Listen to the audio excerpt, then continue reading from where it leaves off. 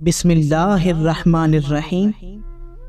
معزز ناظرین، ایک شخص کے بارے میں آتا ہے کہ وہ سگریٹ بہت پیا کرتا تھا۔ سگریٹ پینا اس کا محبوب مشغلہ تھا اور وہ دن میں کم از کم 3 پیکٹ سگریٹ پی جایا کرتا تھا۔ سگریٹ پینا صحت کے لیے مضر ہے۔ سگریٹ پینا اپنے کمائے ہوئے پیسے کو آگ لگانا ہے۔ سگریٹ پینا صحت کو نقصان دیتا ہے۔ اس طرح کا کوئی بھی جملہ، کوئی بھی دلیل اسے سگریٹ سے باز نہ رکھ سکی، حتیٰ کہ وہ اپنے دوستوں کو بھی اصرار کر کے سگریٹ پلایا کرتا تھا، حتیٰ کہ وہ چائے پینے کے بعد سگریٹ پینے کو اتنا ضروری سمجھتا تھا کہ اس کا کہنا تھا کہ جو بندہ چائے پینے کے بعد سگریٹ نہ پیے اسے چائے پینے کا کوئی حق نہیں ہے۔ پھر ایک دن اس کی زندگی میں ایک واقعہ ہوا۔ وہ سگریٹ پینے کے بعد جو ٹکڑا بچ جایا کرتا تھا، جب وہ اسے زمین پر پھینکتا تو اس کا 3 سالہ بیٹا اس ٹکڑے کو اٹھا کر منہ کے ساتھ لگا لیا کرتا تھا۔ باپ نے اسے کئی بار منع کیا لیکن بیٹا باز نہ آیا۔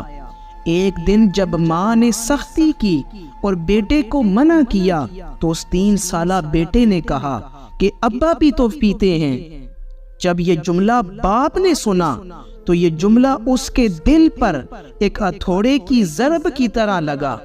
یہ جملہ سن کر اسے ایک جھٹکا محسوس ہوا کہ ابا بھی تو پیتے ہیں۔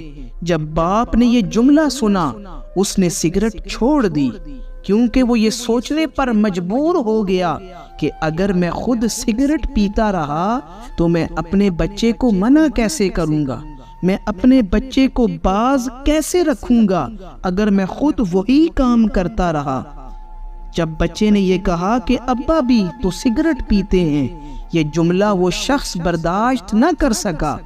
اس کے دوستوں کی سالوں اور مہینوں کی محنت وہ کام نہ کر سکی جو چھوٹے سے بچے کے ایک چھوٹے سے جملے نے کر دکھایا۔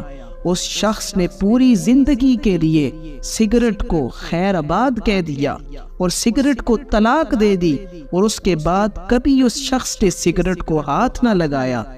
حضرات محترم، باپ کو سگریٹ سے محبت تو تھی مگر بیٹے سے محبت زیادہ تھی، اسی لیے اس نے بیٹے کی محبت کی خاطر سگریٹ کو چھوڑ دیا۔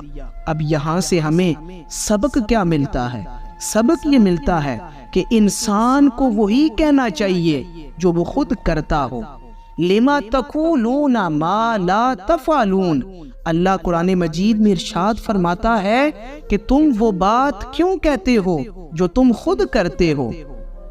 جو کام تم خود کرتے ہو تم دوسروں کو اس سے منع کیوں کرتے ہو؟ اگر دوسروں کو نصیحت کرنی ہے تو پہلے اس بات پر خود بھی عمل کر کے دکھاؤ۔